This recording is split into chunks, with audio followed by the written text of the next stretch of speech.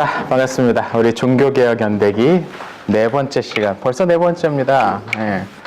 10번이 끝나는데 벌써 네 번째 하고 있습니다. 40%.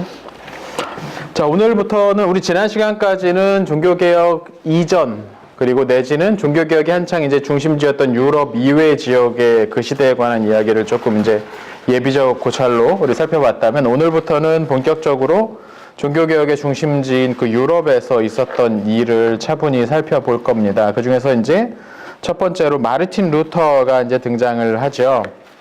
마르틴 루터. 오늘 배워볼 시간에는 이제 주요 인물로 마르틴 루터, 그리고 프리드리히 3세 선제후, 그리고 레오 10세 교황이죠. 요 세 명의 인물을 중심으로 해서 독일 지역의 그 종교개혁이 어떻게 시작되었는가에 관한 내용들을 오늘 드디어 이제 본격적으로 배워 나가게 될 겁니다. 자, 20페이지 넘겨보시죠. 우리가 앞서 살펴봤지만 다시 한번 정리해보면, 종교개혁이 일어나기 직전에 유럽은 여러 면에 있어서 변하고 있었습니다. 우리가 앞에 배웠던 것 중에 이제 떠올려보면 가장 크게 우리의 머릿속에 떠오르는 게 뭐가 있습니까? 어떤 큰 사회적 변화로서? 네, 르네상스가 일단 있었어요. 그렇죠? 르네상스라는 큰 사조가 나타납니다. 르네상스는 모든 면에 있어서 중세를 부정하는 데 힘을 많이 썼어요. 그렇다면 이제 중세의 핵심적인 어떤 기관이라고 할 수 있는 교회도 마찬가지로 르네상스의 바람에 의해서 이전과는 사뭇 달라진 모습, 그런 분위기가 나타날 수 있었겠죠. 또 한편으로는 이 기층에서는 그런 사람들인데, 사실 솔직히 말하면 르네상스는 많이 배우고 뭐 좀 알고 뭐 좀 많이 가진 사람들의 거의 전유물처럼 여겨져요. 그냥 미켈란젤로의 뭐 그림을 당장 먹고 살기 바쁜 사람들이 가서 뭐 감상하고 보고 뭐 그렇게 할 수는 없을 테니까, 돈도 엄청나게 많이 들고 화려한. 그러니까 일반 대중 사이에는 또 교회 안에 있었지만 또 다른 흐름들이 있었는데, 우리가 앞서서 배웠었죠. 뭐가 있었습니까? 신비주의적 흐름이 이제 중세 말에 이제 나타나기 시작합니다. 그리고 신비주의의 한 뭐 갈래로서의 이제 열광주의 같은 것들도 이제 나타나기 시작을 하죠. 그러니까 많이 배우고 좀 배운 사람들은 배운 사람들대로, 그리고 그렇지 않은 일반인들은 일반인들대로 확실히 중세에 나타났던 어떤 엄격한 계급 구조, 그리고 위에서 뭐라고 이야기하면 그냥 다들 그게 하늘의 뜻인가 보다 하고서 따라가는 그런 식의 분위기는 달라지기 시작했다는 거예요. 신비주의자들 가운데는 심지어 나는 하나님과, 신비주의 핵심이 뭡니까? 내가 하나님을 직관적으로 만난다는 얘기잖아요. 근데 중세 교회의 핵심은 성직자를 통해서 하나님을 만날 수 있다는 얘기거든요. 그러니까 신비주의라는 것은 중세에 있는 어떤 엄격한 계급제도, 어떤 기독교를 상당히 많이 벗어나는 듯한 그런 뉘앙스를 그런 분위기를, 함의를 가지고 있는 움직임이었다는 거죠. 근데 그뿐 아니라 사회 구조적인 변화도 있었는데요. 교재 보시면, 이전에는 왕이나 귀족, 고위 성직자들이 자기 영토 안에서 절대적인 권한을 행사를 했습니다. 근데 그렇게 할 수 있었던 것은 이제 땅이 굉장히 중요했기 때문이죠. 우리 중세 기억나시는지 모르겠지만, 사방팔방이 이제 막혀버리면서, 이슬람 세력으로 막혀버리면서 전체적으로 이렇게 고립돼 버려요. 그래서 자기 있는 지역에서 먹고 살지 어디 멀리 나가고 왔다 갔다 할 수가 없었거든요. 중세 기간 내에는. 그러다 보니까 토지가 대단히 중요해집니다. 토지를 소유하고 있는 영주들, 권력자들의 힘이 강해지게 되는 거죠. 근데 이 분위기가 바뀌는 것이 상공업이 발달하면서 바뀌게 됩니다. 더 이상 땅에 매일 필요가 없거든요. 내 땅이 없어도 내가 기술이 있고 재능이 있고 또 그 타이밍을 잡을 수 있는 어떤 눈이 있다면 얼마든지 성공할 수가 있게 된 거예요. 이슬람 세력과의 관계도 이전처럼 완전히 포위돼가지고 꼼짝 마라 아무데도 못 가 포위된 어떤 그런 상황이 아니고, 이슬람 세력도 많이 약해지고, 또 이 시기 이슬람 세력은 대화가 가능해요. 그리고 교류도 가능하고, 심지어 그 사업 파트너가 되기도 한단 말이죠. 그러니까 이전과 달라졌어요. 상공업의 발달로 인해서 새로운 계층들이 나타나기 시작합니다. 그게 바로 부르주아입니다. 이제 재산을 축적하게 된 거. 이 사람들은 귀족도 아니고 뭣도 아닌데 돈을 쌓게 되고 귀족들 못지않은 삶을 살 수 있게 된 거죠. 그러니까 이 사람들은 돈을 많이 벌었는데 세금 내라고 하면 이 사람들 거 뺏어갈 거 아니에요. 이게 억울한 거죠, 이제. 이거 내가 열심히 해가지고 내 돈 번 건데, 내 재능으로 번 건데, 니들이 뭔데 뺏어가냐. 그래서 돈 거들려면, 우리의 의사도 국정 운영에, 이 지역에서 어떻게 할지를 결정하는데, 우리의 의사도 반영해라. 뭐 이런 식의 움직임이 나타나게 됩니다. 그러니까 사회 정치적인 부분에 있어서도 위에서 뭐라고 이야기하면 아이고 납작 엎드리는 그런 상황이 아니고 이제 슬슬 자기 얘기를 하기 시작하는 거죠. 이거 모든 면에서 지금 그런 겁니다. 문화예술을 중심으로 한 르네상스도 그렇고 어떤 신비주의, 열광주의 이런 쪽도 마찬가지고 사회 경제적인 측면도 마찬가지고 지금 이 전체적인 분위기가 눈에 들어오셔야 됩니다. 그게 들어오셔야 됩니다.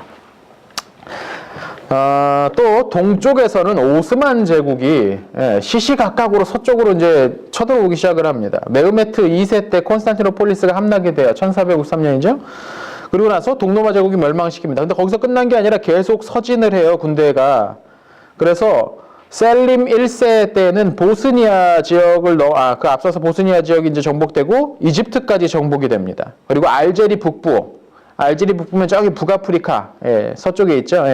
알제리 북부 지역, 해안 지역, 그리고 소아시아까지 완전히 다 손을 넣게 돼요.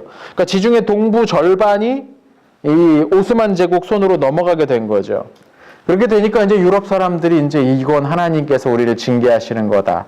종교 개혁자들도 그런 얘기들 많이 하거든요. 이슬람 세력은 하나님의 채찍이다. 뭐 이런 얘기들 칼뱅이나 뭐 루터나 뭐 이런 사람들도 이제 책에 쓰곤 해요.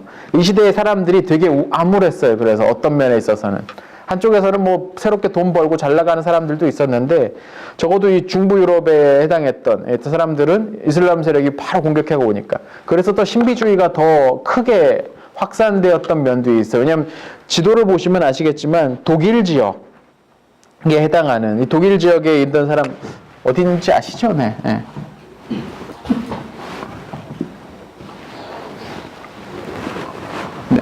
이 지역입니다. 이 지역. 이 독일 지역에 해당하는 사람은 바로 지금 동쪽의 오스만 제국과 마주하게 되거든요. 그러다 보니까 뭐 이제 이거는 큰일 났다. 이제 언제 우리가 다 죽을지 모른다. 어떤 그런 공포 가운데 빠져 들어가기도 했습니다. 성인 숭배가 굉장히 많이 확산되었던 것도 그런 이유 때문에 불안하니까 우리를 지켜줄 어떤 존재가 필요했던 거죠. 그래서 이 시기에 다양한 길드들이 자기들을 보호해줄 후원 성인들을 만들기 시작합니다. 그리고 세례를 할 때에 이제 다 기독교인이니까 이제 유아 세례를 할 거 아니에요? 세례를 할 때에 그 애들한테 명명식이라는 걸 하잖아요. 이름 지어주는 거. 그때 이제 성인들의 이름을 애들에게 붙여주기 시작합니다. 14세기, 15세기경이 되면 14세기, 15세기면 이제 종교개혁이 한창 일어나고 있을 이 시기인데요. 마리아 숭배가 굉장히 성황을 이룹니다. 마리아의 신앙을 찬양하고 7개의 비탄을 기념하는 미사가 만들어집니다. 7개의 비탄이 뭐냐면 가톨릭 용어로는 성모 칠고라고 부르는데요.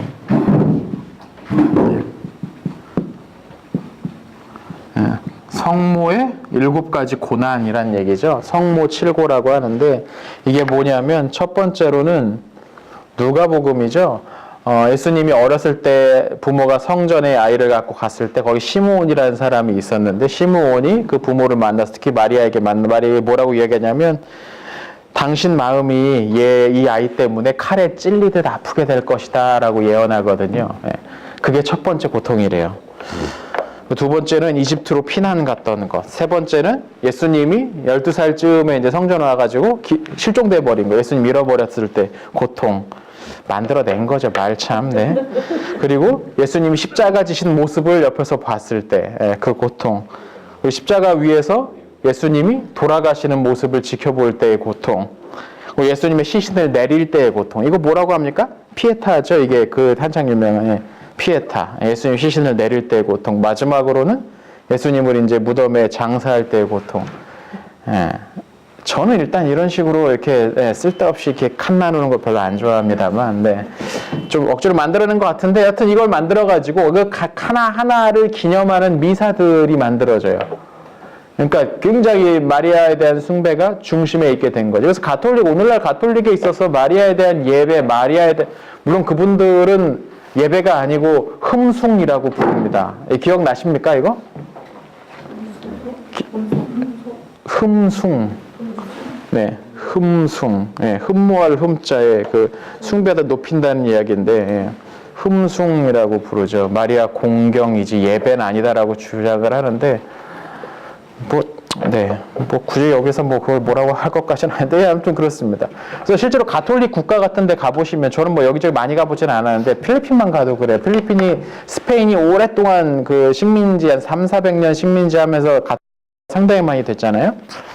그래서 여기저기 가면은 마리아 관련된 그런 성당들이나 마리아 관련된 무슨 축제라든지 무슨 프로그램이라든지 그런 것들이 굉장히 많습니다. 장미문양이나 장미문양, 로자리아에서 그 마리아를 상징하는 그런 것들이 굉장히 많아요. 그러니까 가톨릭에서 상당히 중요한 위치가 이 시기부터에 나타납니다.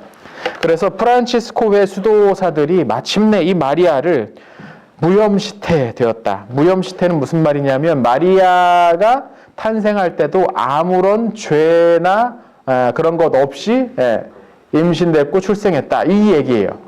무염시태. 그래서 이게 이제 도미니크회 수도사들은 그거에 반대했어요. 성경에 그런 말이 쓰여져 있지 않다. 그걸 그렇게 주장하면 안 된다라고 이야기했지만 대중들의 마리아에 대한 그 사랑, 마리아에 대한 숭배가 굉장히 강했기 때문에 목소리 큰 쪽이 이겨버리게 된 거죠. 근데 사실 이런 논쟁은 우리가 앞서서 초기 기독교의 연대기 배울 때 기억나십니까? 네스토리우스랑 기억나시죠? 그쵸? 네스토리우스랑 그 누구였나요 그때? 갑자기 생각이 안 나네요.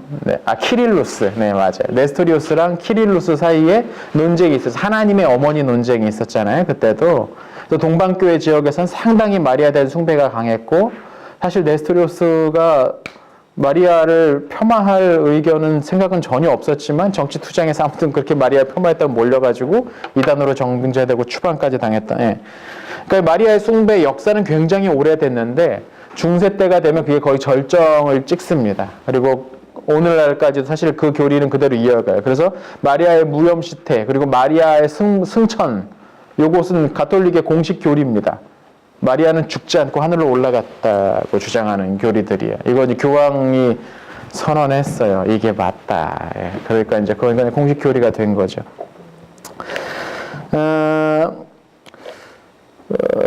중세를 지나면서 또 중세 후반이 되면 교회가 대단히 많은 문제를 겪게 되는데 대표적으로 아비뇽 유수, 서방 교회 대분열처럼 교황들이 이제 이게 워낙에 이제 부유한 자리, 권력 있는 자리가 되다 보니까 서로 그걸 하려고 이제 싸워요.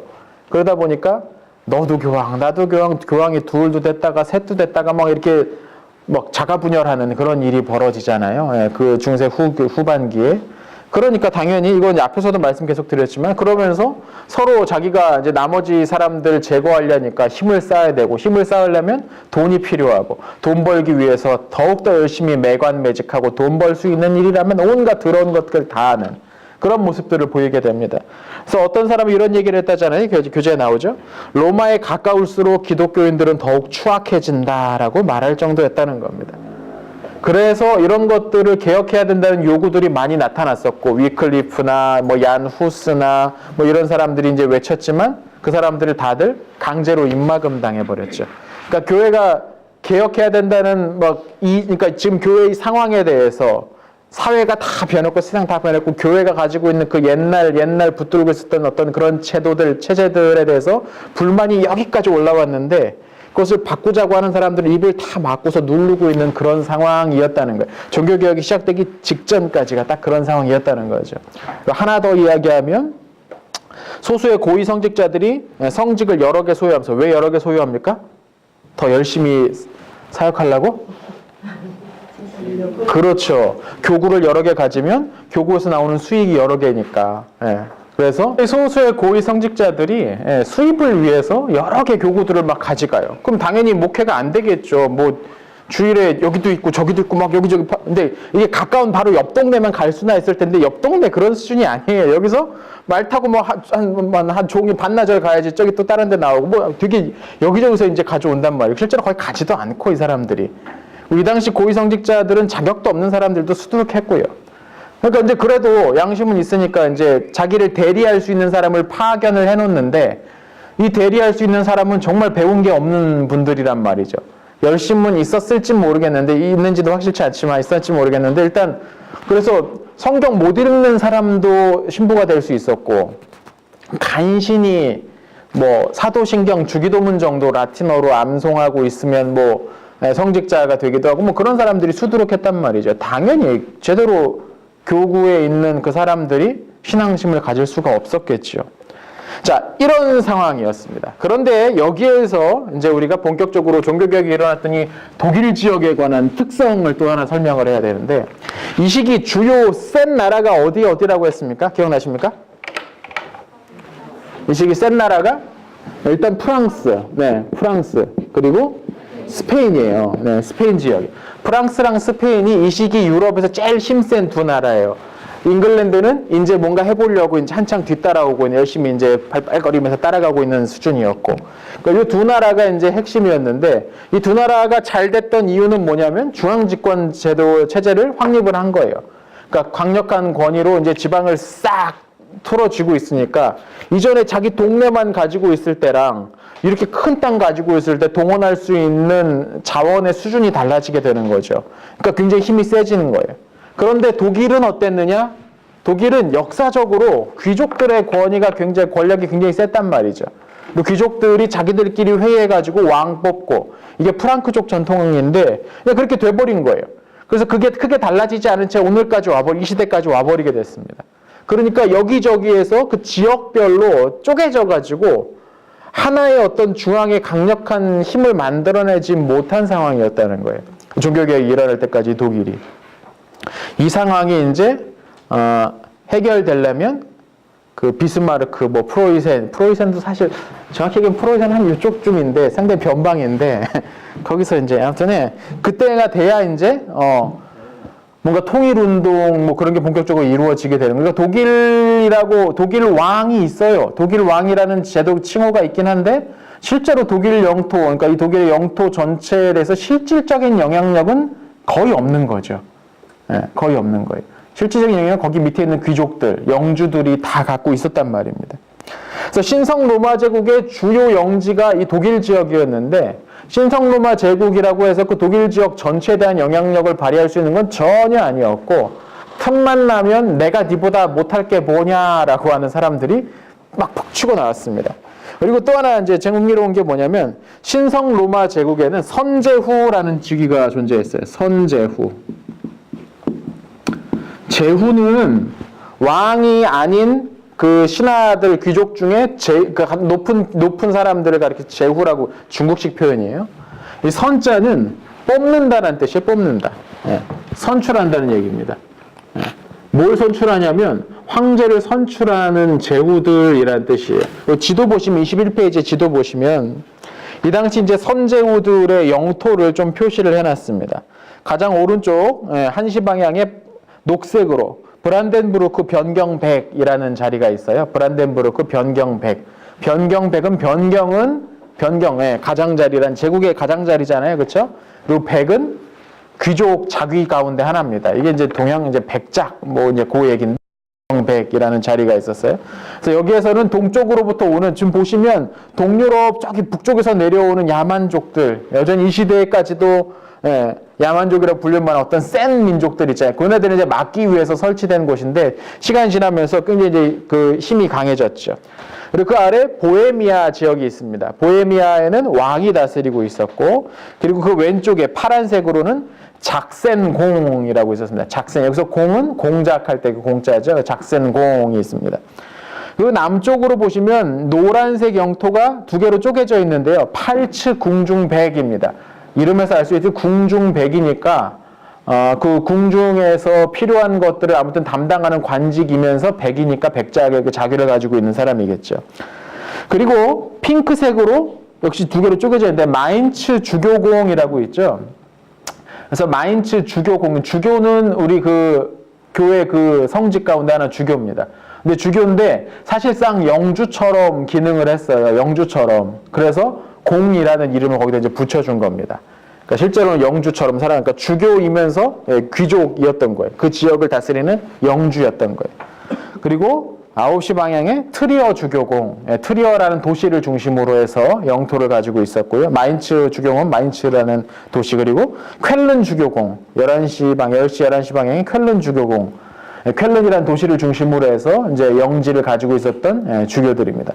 지금 몇 명입니까, 그러면? 7명이죠.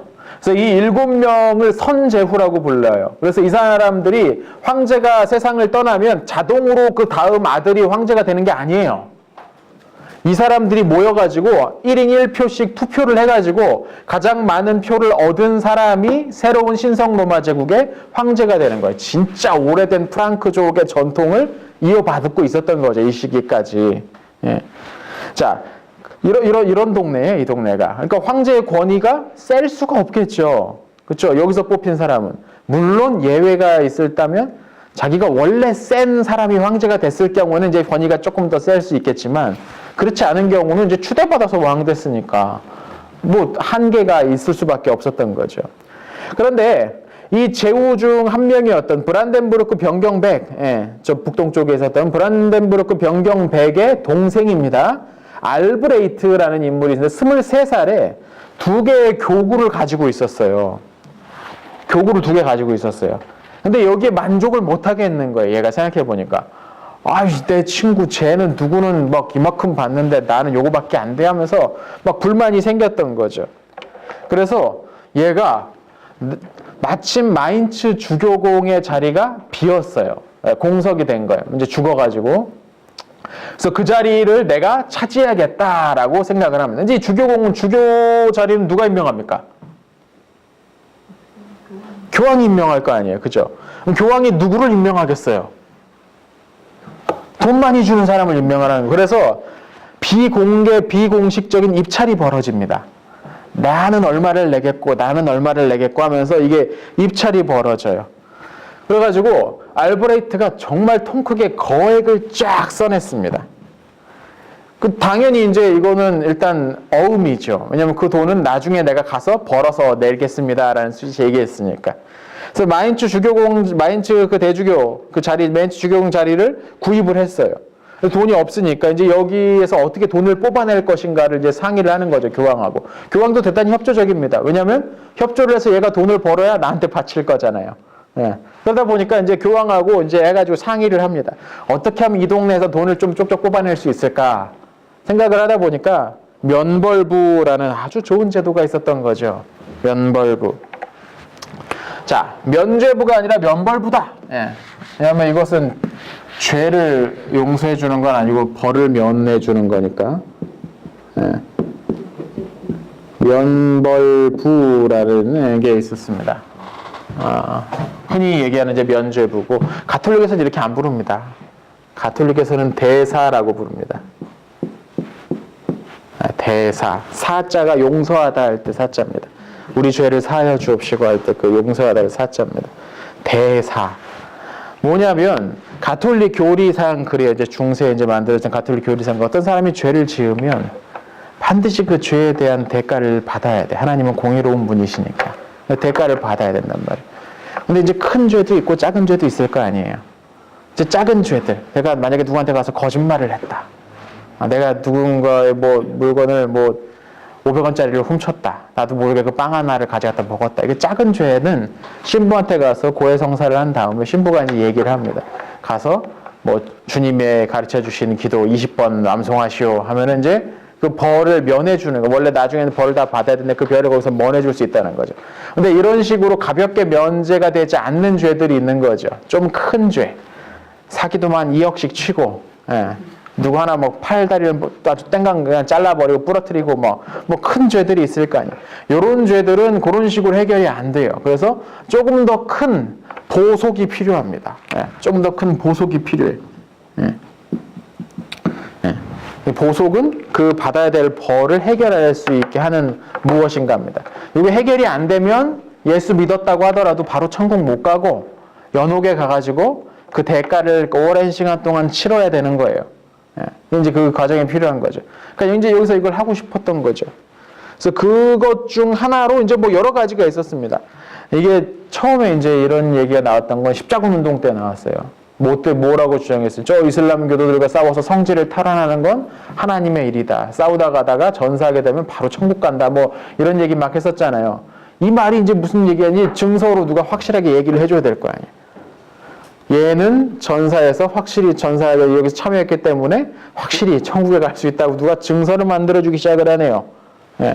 그렇게 이제 시작이 된 거예요. 이 사람이 지은 죄는 예수 그리스도의 보혈로만 해결이 되지만 벌은 어떻게든 감당을 해야 된다는 거죠. 자기가 스스로 자기가 뭐 주기도문 20번 외우든 아니면 뭘 좋은 걸 뭔가를 하든 아니면 뭔가를 하든 그래서 벌은 어떻게든 안 해결하면 연옥 가서 막 5만 년씩 있고 막 그런단 말이죠. 예. 그러니까 이제 이걸 해결하기 위한 여러 것들을 만들었는데 그게 이제 그리스도를 위한, 그러니까 교회를 위한 큰 공헌을 했을 때 그 대사증을 발급을 해줬단 말이죠. 거기서 이제 시작이 된 거예요. 시작 자체는, 원리 자체는. 그 대사증을 이제 발급을 했는데, 원래는 이제 뭐 정말 십자군처럼 막 목숨 걸고 가가지고 뭐 싸우다가 죽었을 경우 뭐 이런 경우들 처음에 이제 이야기를 했는데, 나중에는 꼭 목숨 걸어야만 그게 되느냐. 그렇지는 않다. 또 주의 교회를 위해 살 일이 얼마나 많냐 하면서, 예. 어떤 재정적인 지원을 크게 이제 했을 때, 뭐 이런 것들을 할 때도 이제 슬슬 허용 범위가 조금씩 넓어지게 된 거죠. 그래서 이 시기가 됐을 때 이용하기로 했던 면벌부가 바로 저런 것이었습니다. 그래서 이 당시 레오 10세가 교황이었는데, 레오 10세가 성 베드로 대성당이라고 로마에다가 아주 큰 성당을 짓고 있었어요. 당연히 돈이 많이 필요하겠죠. 인건비만 해도 그게 얼마입니까? 다 손으로 해야 되는데. 돈이 필요한데, 그래서 뭐 마인츠 주교자리를 큰 돈 받고 팔았는데 돈이 빨리빨리 들어와야 빨리빨리 입금이 돼야 이 사람들이 일을 할 거 아니에요. 그러니까 이제 이게 짝짝꿍 돼가지고 이제 이걸 만들어내기 시작해 버린 겁니다. 그래서 독일 지역에 이 면벌부를 판매할 수 있는 권한을 전격적으로 부여하게 됩니다.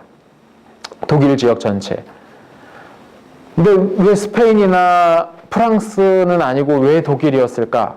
독일은 그걸 막을 수 있는 어떤 모아진 힘이 없었기 때문이죠. 다들 뿔뿔이 흩어져 있으니까. 뿔뿔이 흩어져가지고 뭐 소규모로 반발해봤자 뭐 그냥 그걸로 잠재우면 끝나지. 근데 프랑스 왕이나 뭐 스페인 왕이 나서가지고 해버리면 이제 이거는 큰 싸움 날 수 있으니까.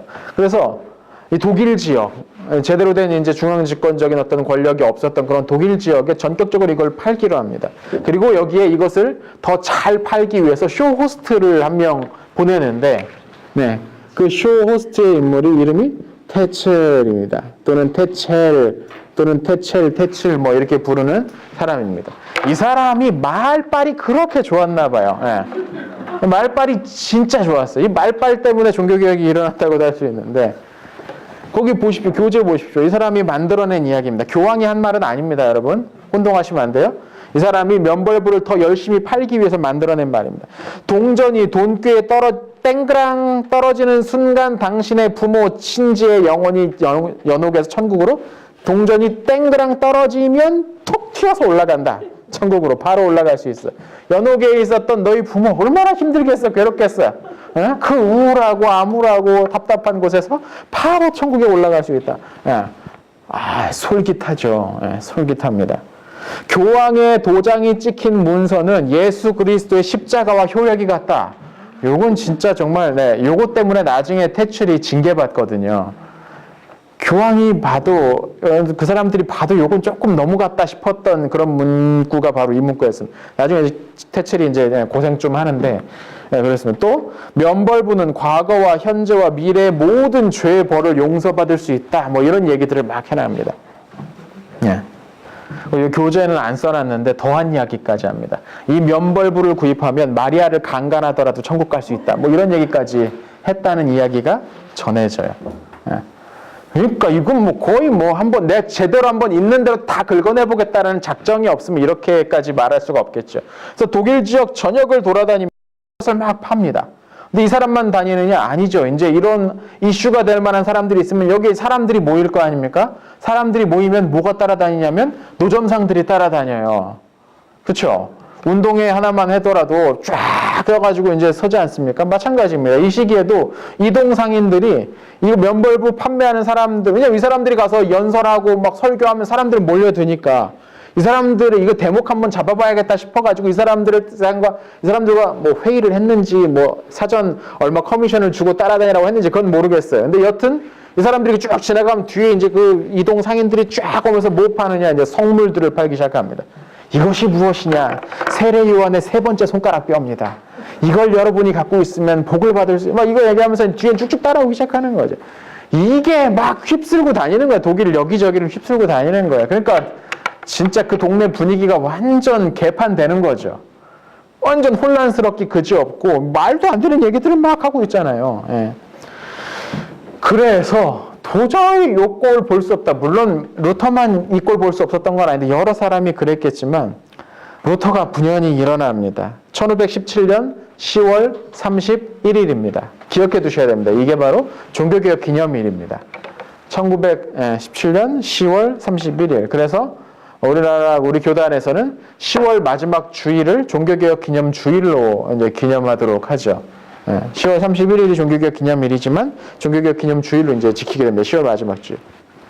당시 비텐베르그 대학에서 신학을 가르치고 있던 마르틴 루터가 도대체 이 말도 안 되는 얘기를 도대체 누가 허용한 거냐?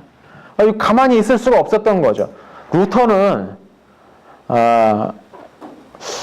약간 태양인 뭐 이런 건 것 같아요. 약간 호인, 성격 막 이렇게 성격 아주 좋고 사람들 만나는 거 좋아하고 막 밥상에 맨날 손님들 데려오고 막 그런 사람 있잖아요. 부인 되게 힘들었을 거예요. 그죠? 막 그런 사람이에요. 사람들 막 모이고 막 이거 말도 안 된다고 하면서 막 사람들한테 막 이렇게 주도적으로 이야기하는 사람. 그러니까 루터가 가만 보건데 지금 이 말도 안 되는 얘기가 있는데 왜 아무도 얘기를 안 해? 싶었던 거죠. 그래서 이 면벌부 판매와 관련된 이 교황청의 행위에 대해서 이 문제점을 95개조로 정리해서 비텐베르그 교회 정문에 게시를 합니다. 그게 10월 31일이에요. 여기에 나오는 몇 가지 문구만 이제 교재에 좀 인용을 해놨는데요. 뭐라고 이런 말들이 있어요. 교황에게 정말로 사람의 영혼을 연옥에서 해방시킬 수 있는 힘이 있다면 그러면 그 힘을 교회 건축하는 데 쓰지 말고 영혼을 사랑하는 마음으로 가가지고 해줘야 되는 거 아니냐? 지당하신 말씀이죠.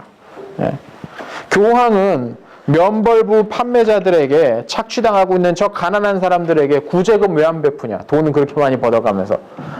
안 그래도 없는 사람들 더 싹싹 긁어가지고 이제 굶어 죽게 만드는 게 이게 할 짓이냐? 그렇게 하기, 베드로 대성당코 팔아가지고라도 가난한 사람들 도와야 되는 거 아니냐? 뭐 이런 얘기도 합니다. 또, 이렇게 막 강력하게 이야기를 하니까 독일 사람들이 호응이 장난이 아니게 된 거죠.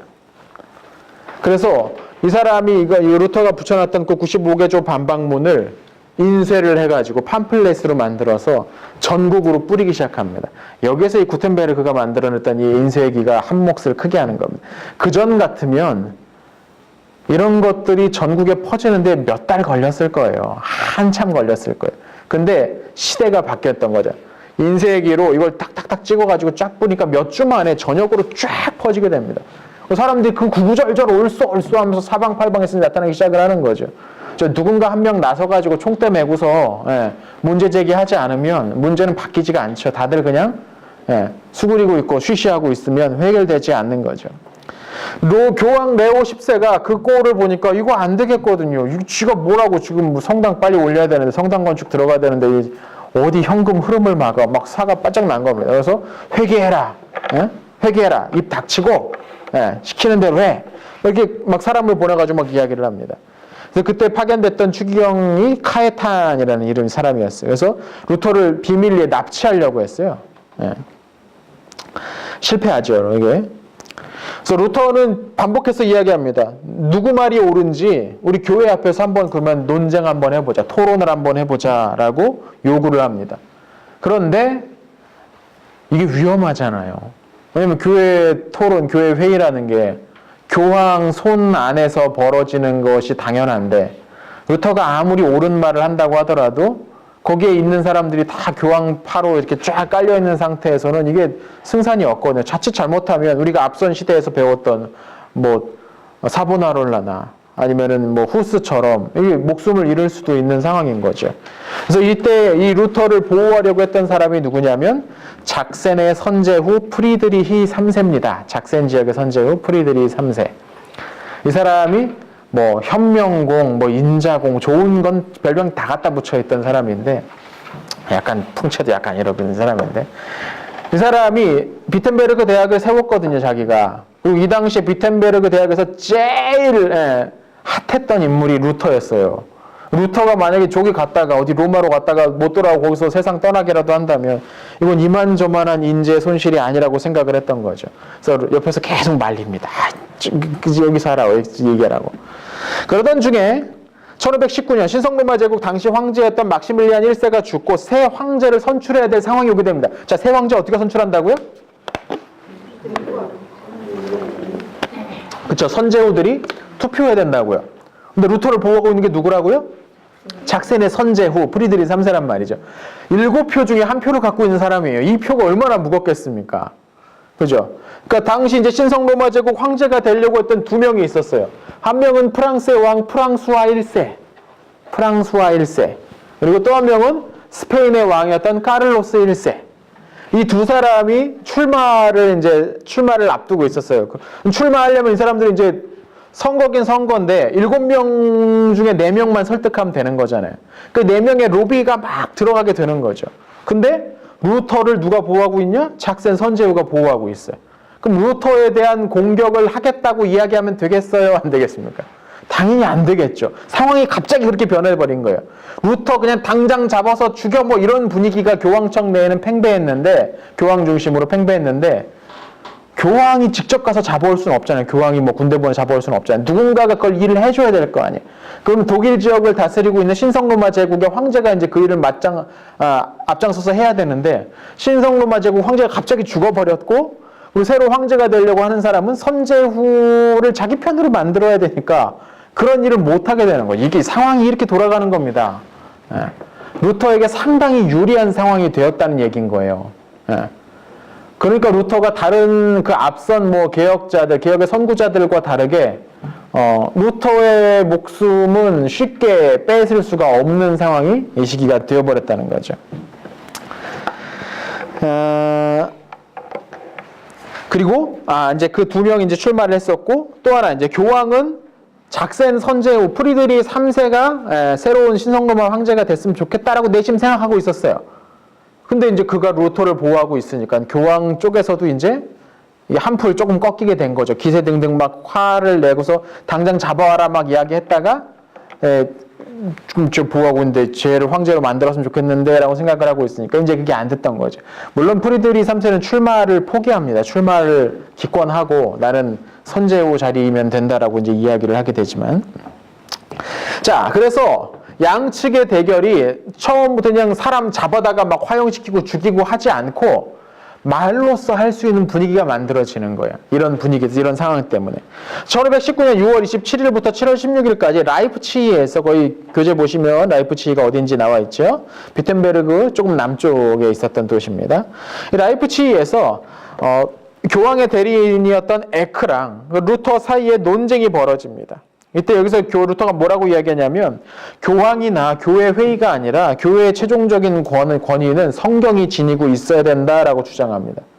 그러면서 연옥이나 면벌부, 고해성사 같은 거는 성경에 안 나오지 않냐. 그러니까 그건 잘못된 제도다라고 이 회의에서 주장을 했어요.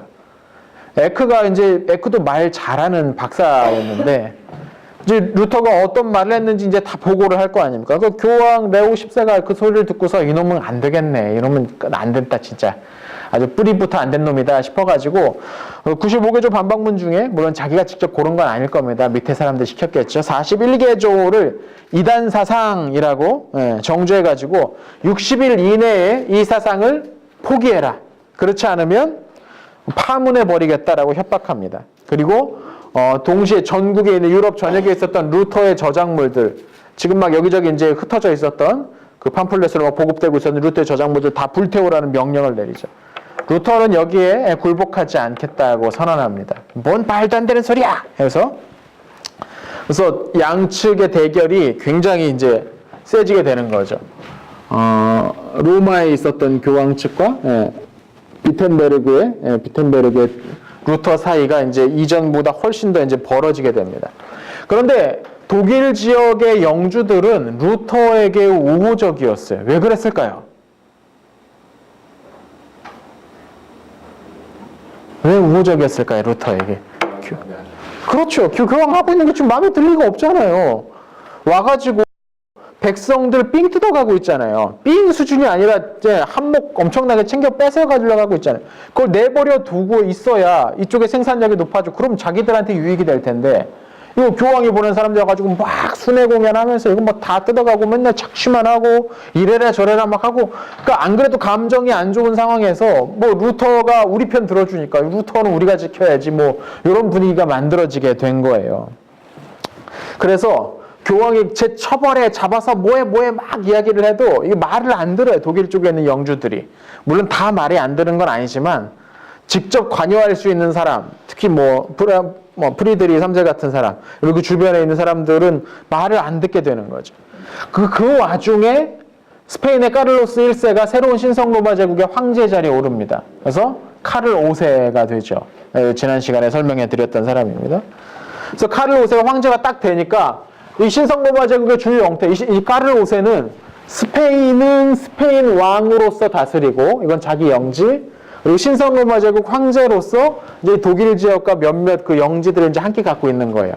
그러니까 이 시기 신성 로마 제국의 영토가 뭐 여기부터 이렇게 막 다 크게 됐는데 그 그림은 사실 조금 오해의 소지가 있고 실제로 세게 튀어주고 있는 건 이쪽 이제 스페인 영지는 뭐 자기 나라니까 잡고 있을 수 있었고 이 지역에 대한 이제 권위를 갖게 된 거죠. 이 독일 지역이 이렇게 교황과 계속 싸우면 내가 황제로서의 면이 안 서잖아요. 그래서 이걸 어떻게든 해결해 보겠다 싶어가지고 야, 그러지 말고 우리 다 모여서 회의 한번 해보자. 그래서 보름스라는 곳에서 우리 한번 회의 한번 해보자라고 이야기합니다. 그리고 루터를 다시 한번 초청하죠. 근데 이때 주변의 사람들이 루터한테 절대로 가면 안 된다고 막 강력하게 반대했습니다. 후스 갔다가 죽지 않았냐? 절대로 가면 안 된다 이야기해서. 근데 이때 카를도 역시 통행을 안전을 보장하는 증서를 발부를 해줬어요. 근데 증서 따위가 있으면 뭐냐 막 다들 반대했는데 루터가 야 죽으면 죽는 거지 뭐 내가 가서 내가 진리를 밝히고 오겠다 하고서 또 가요. 이 양반이 내 성격이 그래요. 네. 그래서 딱 가가지고 논쟁을 쫙 합니다. 거기 앞에 그 그림들도 많이 있어요. 인터넷 찾아보시면 거기 앉아가지고 주님 내가 여기 있사오니 나를 사면서 나를 사용하옵소서. 내가 이것을 성경에 이렇게 나와 있으면 내가 죽더라도 이걸 철회할 수가 없다. 아주 거기서 강력하게 주장을 하게 되죠. 거기 그런 표현을 인용을 하는 성경과 이성에 따라 재밌습니다. 성경과 이성에 따라 오류가 발견되지 않는데도 주장을 철회하라는 것은 양심에 따라 수용할 수 없다라고 합니다. 이 루터도 확실히 지금 분위기가 중세 사람은 아니에요. 그죠? 중세 사람은 아니에요. 분위기 자체가. 자, 결국 이제 여기서 합의가 안 되죠. 그래도 카를 5세는 루터의 신변을 보호해서 그를 돌려보내줍니다. 돌려보내는데 납치돼요. 루터가 갑자기 여기서 돌아가다가. 누가 납치를 했냐면 프리드리 3세가 납치를 합니다. 왜 납치를 했냐면 여기 회의에서는 그냥 돌아가지만 지금 보름스 가가지고 보름스 와서 완전 돌아올 수 없는 강을 건너버린 거거든요. 양쪽 사이에. 그러니까 이걸 가만히 냅뒀다가 이 루터를 가만히 냅뒀다가 누가 와가지고 루터를 뭐 죽여버리거나 암살하거나 뭐 어떻게 할 거예요? 뭐 세콤이 있는 것도 아니고 막아줄 수가 없잖아요. 그렇게 돼버린 거죠. 그러니까 프리드리히가 루터를 안전한 곳에 피신시켜야겠다라고 생각을 했던 거예요. 근데 이것을 자기도 이제 지시를 내려요. 뭐라고 자기 부하들한테 자기 밑에 있는 사람한테 지시를 내리냐면 루터 선생을 납치해서 내가 알 수 없는 어떤 곳에다가 몰래 숨겨두어라라고 이야기를 해요. 왜냐하면 교황이 와가지고 프리드리히는 사실 개신교를 교황을 완전히 무시할 수 없는 상황이란 말이죠. 교황이 와가지고 어디다 숨겨놨어 빨리 얘기해 했을 때 프리드리히는 저도 몰라요 라고 거짓말하지 않을 수 있게 하도록 내가 모르는 성에다가 숨겨놔라고서 이제 지시를 내려서 돌아오던 중에 마차채로 납치돼가지고 납치 겸 피신됐죠. 그래서 성으로 어떤 모 성으로 피신하게 됩니다. 그러니까 프리드리히 3세가 그러니까 이 시기는 다 가톨릭인 거예요. 아직 뭐 개혁, 개신교 뭐 이런 게 없는 거예요. 예, 그러니까 교황의 권위가 교황이 싫었어도 그가 가지고 있는 권위 자체를 완전히 무시할 수 있는 사람은 많지 않은 그런 시대인 겁니다. 그러니까 그런 고육지책을 이제 선택을 한 거죠. 그래서 루터가 이게 자기도 모르는 새, 자기도 어쩔 수 없는 새 졸지에 이제 납치 겸 피신돼 가지고 한 성에 이제 들어가 살게 됩니다. 예. 그래서 이제 대중 설교를 할 수가 없죠. 왜냐면 얘기하면 이제 금방 소문이 퍼져가지고 루터가 어디 있는지 이제 여기 나 잡아봐라 뭐 이런 얘기가 돼버리니까.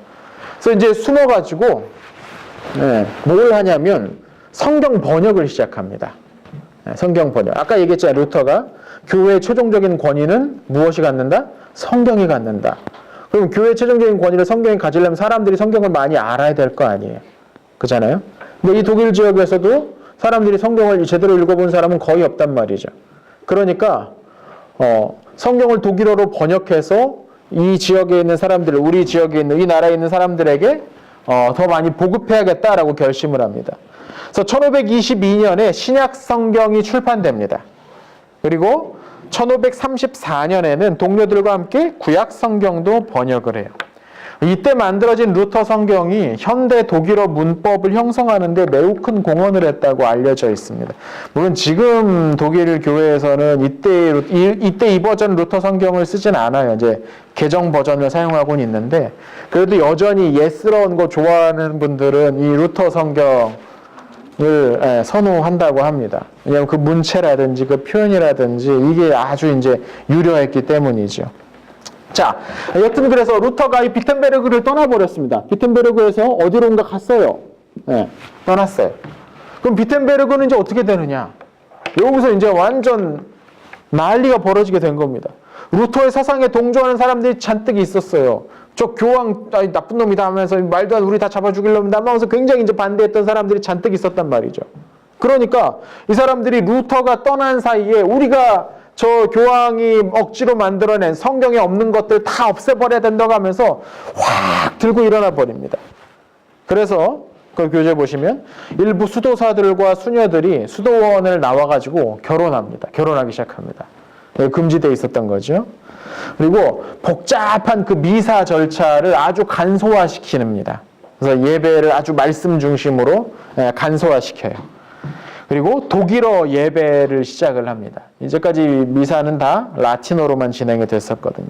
또 죽은 사람들을 위한 미사, 없애야 된다, 그런 거 없다. 그리고 금식일들, 뭐 금요일들 이런 것들 다 폐지해버리고 성찬, 모든 사람들에게 빵과 포도주로 성찬을 베풉니다. 그 이전까지는 어떻게 했다고요?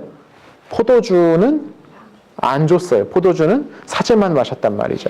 빵만 이제 나눠줬었는데 빵과 이중 성찬을 다 베풀게 됩니다. 뭐 이것까지는 사실 오늘날 개신교회에서 상당 부분 다 그대로 이어받고 있는 내용들입니다. 근데 여기에 그치지 않았던 거죠. 어떤 사람들은 몇 발 더 나갑니다. 그래서 내가 하나님의 뜻을 알고 있다 하는 사람들이 나타나게 됩니다. 신비주의자들이 슬슬 이제 나오게 되는 거죠. 왜냐면 다들 때려 부시자, 저거 나쁜 놈들이다, 안 된다, 막 다 이러다 보니까 이제 더 나은 거지. 이제 막 더 나가지고 저 문제다 하면서 선지자라고 스스로 주장한 사람들이 나타나면서 내가 하나님의 직접 계시를 받았으니까 성경도 필요 없어. 이제 막 이렇게까지 이야기하는 사람들이 나타납니다. 그러니까 이거 완전히 이제 교회의 질서를 깨뜨려 버리는 거죠. 그런 사람들이 나타나면서 이 비텐베르크 성이 아주 들썩들썩하게 됩니다. 그러니까 이걸 누가 수습하겠어요? 비텐베르크의 정신적 지도자 루터가 와야 될 거 아니에요. 그럼 어쩔 수 없이 이제 루터가 그 피신해 있다가 이제 다시 돌아와 달라는 요청을 받고서 비텐베르크로 돌아오게 되죠. 자, 성경 한 구절 보죠. 마태복음 26장 47절에서 56절을 읽고 52절을 한번 읽어주십시오.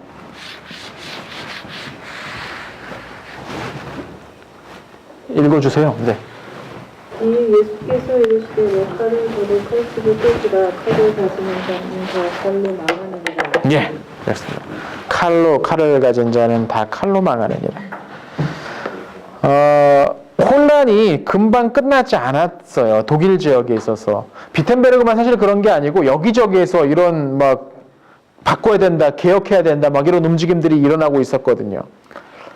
근데 이제 이 와중에 뜬금없이 기사들이 기사들이 일어납니다. 기사가 뭐 하는 사람입니까?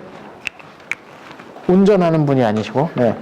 기사가 말 타고서 전쟁 나가는 사람이죠. 사실 기사는 중세 그 병력의 핵심입니다. 네, 핵심이에요. 그래서 무장하고 칼이나 창을 들고 적진을 향해서 막 달려가는 거, 돌격하는 기사들이에요. 그래가지고 적들이 이렇게 쭉 서 있으면은 이 돌격력으로 깨뜨려 버리고서 다 끝장내버리는 거죠. 그러니까 중세 주력은 기사들이었어요. 예. 프랑스가 기사를 막 몇천 명, 몇만 명 거느리고 있으니까 굉장히 강한 나라가 됐던 거죠. 근데 시대가 지나다 보니까 기사들의 그 필요성이 점점 줄어들기 시작합니다. 사실 얼마 후 이제 100년 전쟁 때만 되더라도 프랑스 그 기사가 수만 명, 4만 명가량의 기사를 중심으로 이제 물론 다른 병력들도 있었지만 잔뜩 기사들이 막 왔는데 잉글랜드 쪽에 이 장궁병들, 이렇게 큰 사람 키보다 큰 그 활 들고 있는 사람들이 있습니다. 장궁병들 3,000명인가 4 몇만 명이 깨지는 사건이 벌어져요. 일대 사건이 벌어지죠. 왜냐면 이 기사들이 닥치고 돌진이거든요. 닭돌이라고 불리죠. 예. 닥치고 돌진하는 막 그냥 달려가는 거예요. 전술이고 전략이고 없어요. 우리가 함께 모여서 달려가면 다 깨뜨려 버릴 거예요. 이게 전차가 하는 일이 그거거든요. 예. 군대에서 전차가 하는 일이 그겁니다. 적진을 이제 깨뜨리는 굉장히 중요한 역할을 하는데 이 기사들이 그걸 해야 되는데 시대가 바뀌어서 새로운 무기들이 나타나기 시작하고 막 이전에 없었던 전술들이 발견되면서 이 기사들이 할 일이 점점 줄어들게 되는 거예요. 이전처럼 나가면 백전백승 하는 게 아니라 나가면 막 절반씩 막 져서 들어오고 막 상황이 바뀌게 된 거죠. 그래서 기사들의 그 권위가 예전만 하지 못하게 돼 버렸습니다. 그러자 그리고 기사들은 할 줄 아는 게 없잖아요. 이 시기에 그러니까 장땡은 누구냐 돈 많이 버는 사람들이 장땡 새롭게 막 일어나고 있는데 이 기사들은 조상 대대로 물려받은 자기 영지에서 어떻게든 그 영지 어떻게 해보려고 고르고 있는 상황이란 말이죠. 이게 안 되는 거예요. 그러니까 이 불만들이 쌓여 있는 상황에서 지금 독일 지역에 루터가 뭐 종교 뭐 이거 이제 교황에 반대해서 막 싸우고 이전 질서 제도들 막 부정하는 그런 움직임들이 벌어지니까 그래?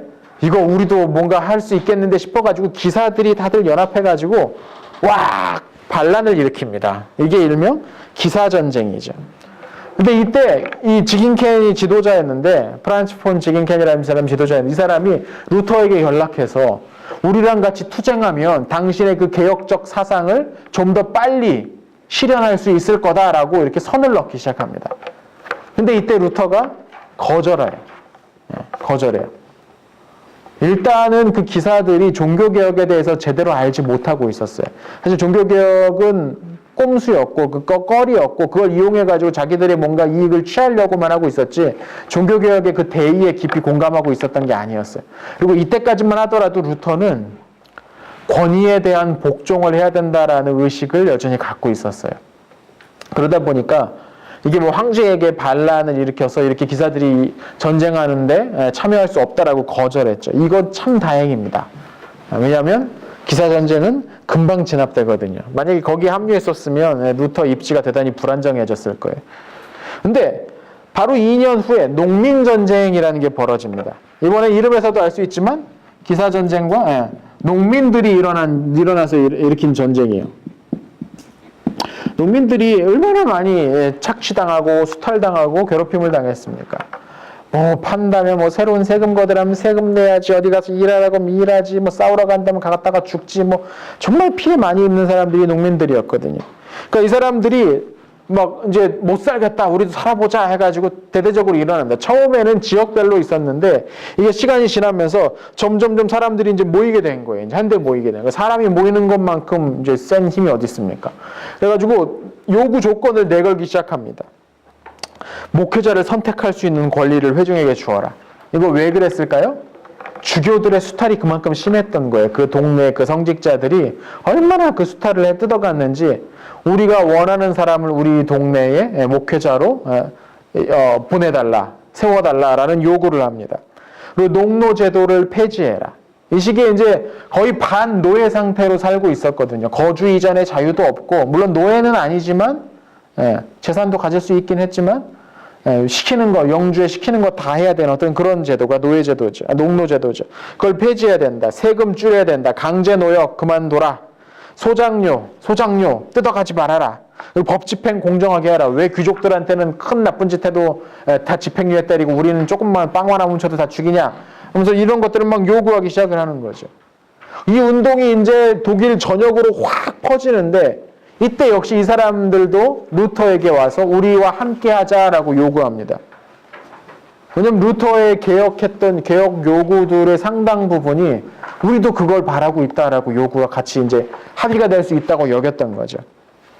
그런데 루터가 이 요구도 거부합니다. 이것 때문에 루터가 욕먹기도 해요. 어떤 사람들한테. 그 농민들이 그렇게 혁명을 일으키려고 했는데 루터가 그걸 거절하고 기득권층에 붙었다 뭐 이렇게 비난하는 사람들도 있어요.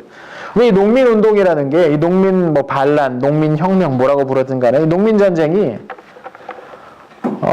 완전히 단일 대우로 딱 누가 뭐 하자 그럼 다 같이 그거 하고 그런 식으로 진행됐던 게 아니에요. 시작 자체가 산발적으로 시작된 거고 자기들이 하고 싶은 거 다 하는 거예요. 사방팔방에. 근데 상당 지역에서 이 농민들이 폭도처럼 행동하기도 했습니다. 가가지고 막 귀족들 잡아다 다 죽여버리고 막 학살도 하고 재산도 다 뺏어 강제로 다 뺏어버리고 그러니까 자기들 하고 싶은 대로 마음대로 그렇게 안 하는 사람들도 있었겠지만 실제로 그런 뭐 방화, 살인 뭐 이런 것들 더한 그런 짓들도 여기저기 막 일어나고 있었다는 거죠. 그러니까 그걸 보면서 루터가 저기에 옳다고 저걸 옳다고 좋다고 얘기할 수는 없었던 거예요. 그래서 루터가 농민전쟁에 합류를 거절하게 됩니다. 그래서 합법적인 권위자들만이 무력을 사용할 수 있다라고 대답을 합니다. 그래서 이 과격한 행동은 안 된다. 근데 그렇다고 해서 이 농민들 아예 모른 척 했던 거냐? 또 그건 아니에요. 농민들이 이제 각 지역 영주들에 대항해서 그렇게 막 반란을 일으키고 전쟁을 했는데 그 영주들에겐 또 루터가 그렇게 계속 편지 보내가면서 농민들을 가혹해 대하지 말아라. 쟤들이 정말 살기 힘들어가지고 저런 거니까 진압되더라도 좀 관대하게 대해달라. 뭐 이런 편지들을 많이 보내죠. 물론 그게 효력은 별로 없었던 것 같아요.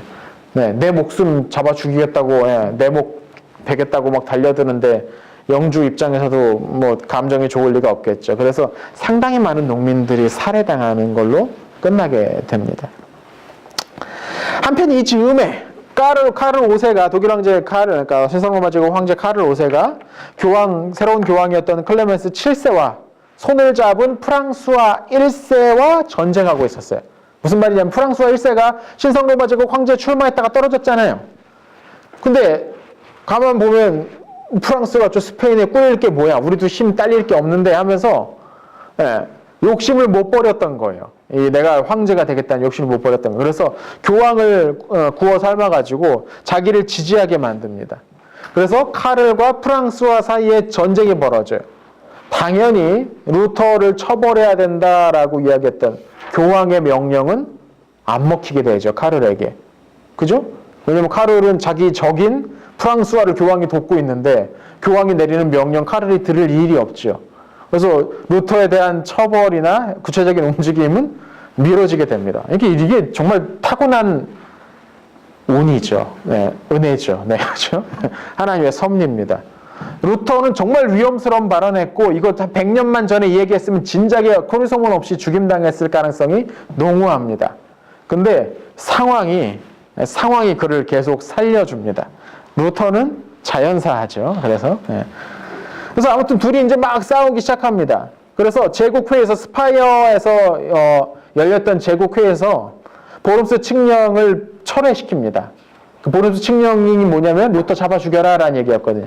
공식적으로 그걸 철회해버려요.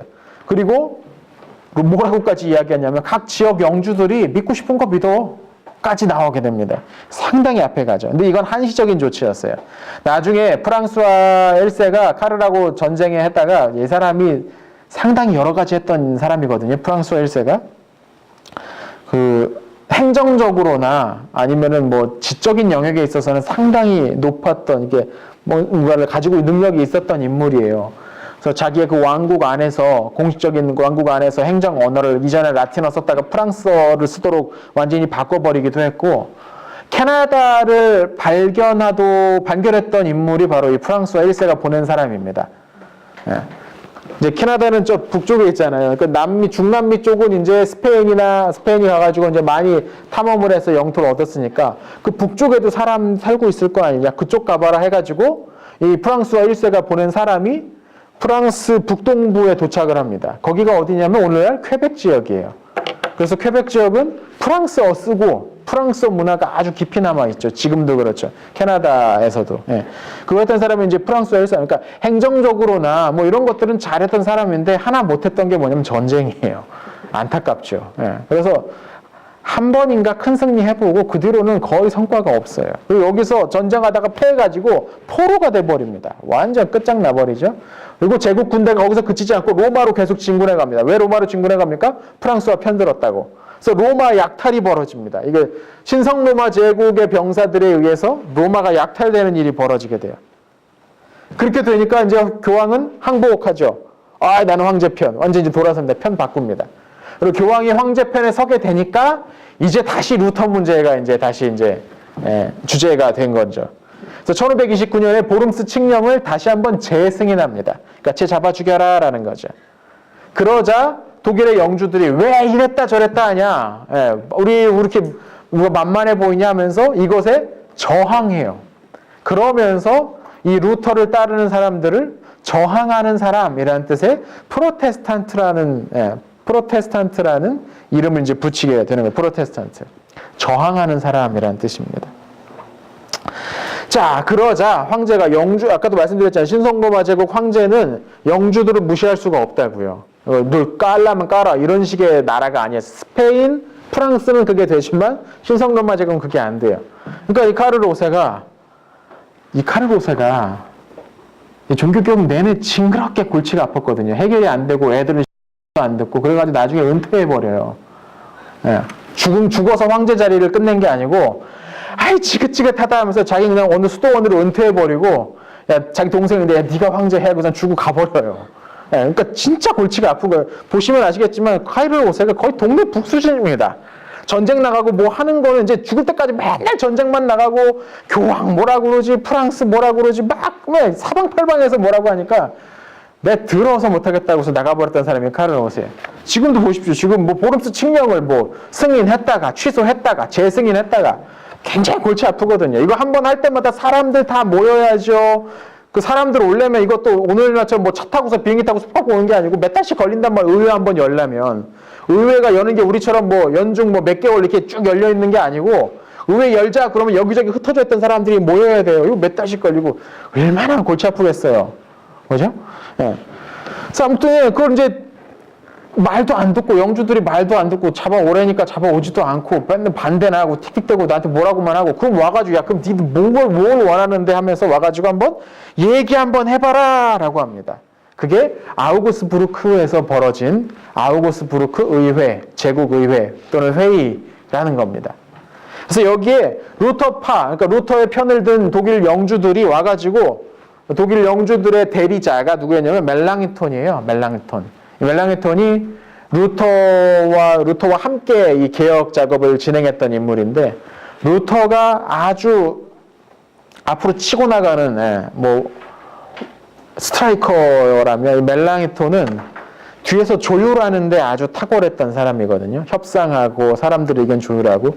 그러니까 이 멜랑이톤을 보내면은 좀 되지 않을까 싶어가지고 멜랑이톤을 루터를 보낼 수는 없었어요. 왜냐면 이제 분위기는 진짜 안 좋아졌으니까 루터를 보내서 어떻게 될지 모르니까 멜랑이톤을 대신 보낸 거죠.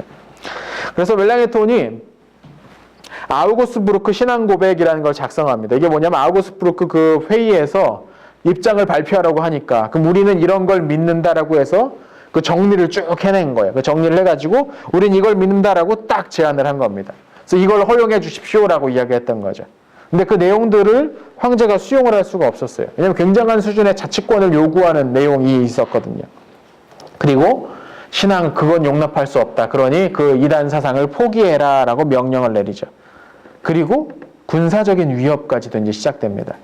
이때부터 루터가 앞서서 뭐라고 했습니까? 농민전쟁 때는 합법적인 권력자들만 무력을 행사해야 된다라고 주장을 했는데 이때부터 루터가 입장이 조금 바뀌어요. 왜냐하면 저쪽에서 무력을 동원해서 잘못된 방식으로 우리를 위협한다면 우리가 거기 그냥 꼼짝 못하고 손 들고 나 잡아 죽이십시오라고 할 수는 없는 거 아니냐.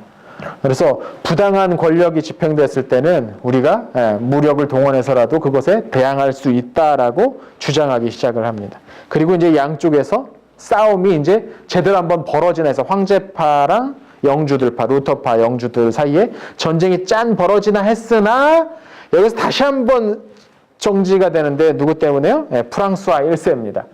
프랑스와 1세가 풀려났어요. 풀려나가지고 포로로 잡혔다가 풀려나가지고 다시 힘을 으쌰으쌰 모은 거죠. 그냥 프랑스 강한 나라니까. 그래가지고 거기서만 그친 게 아니라 이 프랑스가 재밌는 짓을 하는데 이 동쪽에 와 있던 오스만 제국과 비밀리에 협상을 맺습니다. 프랑스랑 오스만 제국 사이에 협정을 맺어가지고 신성 로마 제국을 공격해 먹기로 양쪽에서 공격하기로 협정을 맺어요. 그렇게 되니까 카를 5세가 자기 독일 영주들하고 싸움에 신경 쓸 수가 없게 된 거죠. 얘들은 그냥 내버려 두면 자기들 믿겠다는 거 믿겠다는 사람들이잖아요. 굳이 싸우려면 싸울 수도 있지만 지금 좌우에서 큰 싸움이 벌어지게 생겼으니까 에이씨 그럼 다음에 싸우자. 포기하고서 루터파 영주들과 황제 사이에 싸움이 멈추게 되죠.